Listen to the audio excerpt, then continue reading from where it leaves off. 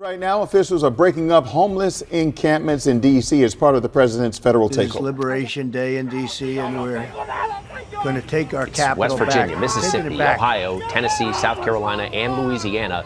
They have all agreed to deploy state National Guard troops to join the 800 D.C. troops that have already been activated by President Trump. Is now ordering a review of the Smithsonian museums, accusing the institutions of focusing too much on, quote, how bad slavery was.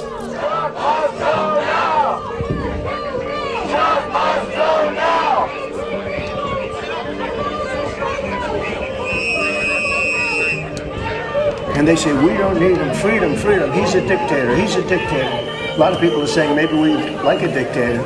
Please coming through.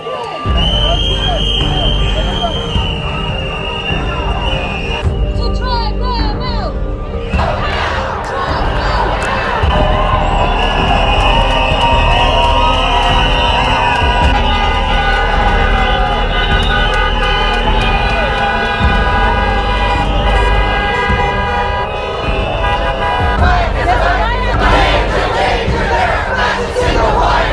It's up to us to try them out. The concentration camps are running away from my face. Nos reunimos hoy para recordar a los inmigrantes.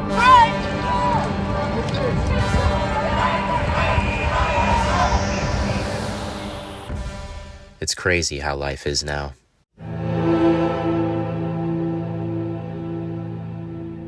One day you're going to see Bernie Sanders talk about fighting the billionaire oligarchs that fostered in this age of fascism in America. They're not content with what they have now. They want more, and they don't care who they step on to get it. The next day you're traveling to a Washington, D.C. now occupied by the National Guard and Trump's personal Gestapo under the guise that there is a crime epidemic. These demonstrators that you've seen out here in recent days, all of these elderly white hippies, they're the ones who've been advocating for the 1%, the criminals, the killers, the rapists, the drug dealers. And I'm glad they're here today. Because me, Pete, and the Vice President are all going to leave here, and inspired by them, we're going to add thousands more resources to this city. There is no crime epidemic in D.C. other than the crimes being conducted within the walls of D.C.'s government buildings. This is a manufactured crisis meant to crush dissent and sow chaos to justify Trump's authoritarianism. And now the Trump regime is sending the National Guard into 19 states, covering the continental U.S. Trump continues to talk about being a dictator while clearly acting as one. And they say, we don't need him. Freedom, freedom. He's a dictator. He's a dictator. A lot of people are saying maybe we like a dictator. This is the fascism we have warned about.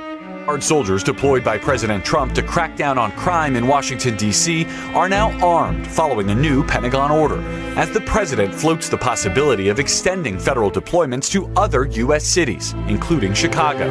We may wait.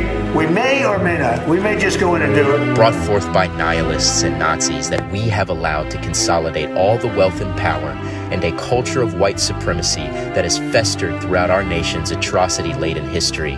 And now as our country commits ethnic cleansing, kidnapping innocent people off the street to put into concentration camps, our government is intent on rewriting history in bigoted framework and recontextualizing slavery to normalize the idea of returning to a time when white male supremacy ruled to subjugate everyone else through force and fear, because that's when they believe America was great. Our country and the world at large is in an existential crisis, reckoning with the violent rise of fascism bred from the intent on perpetuating the broken system of capitalist imperialism that propagates mass suffering and subjugation throughout the world. We have to change, or we will destroy ourselves. And the people who are in power who refuse to change, those who own everything, including the unprecedented technology they wield against us for control, they must be stopped by any means necessary. Tyrants must be uprooted from their positions of power and held accountable for the atrocities committed, and not one of them can be allowed to buy their way out. We must replace this system with one that prioritizes people over profit, one where violating human rights is the red line and will not be tolerated, and fascism cannot and will not be tolerated. Your country needs you to speak out, to stand up for what's right. Your silence is violence. So join those of us who are being loud in our dissent. Washington, D.C. needs you, and we will be there September 1st, September 2nd, and September 3rd, joining the leagues of those putting effort forward for change, and we will be documenting their efforts. If you'd like to help us in our efforts, then join us in the streets. And if you can't join us, then consider donating to our crowdfunding campaign at gofundme.com/thedaysofdissent.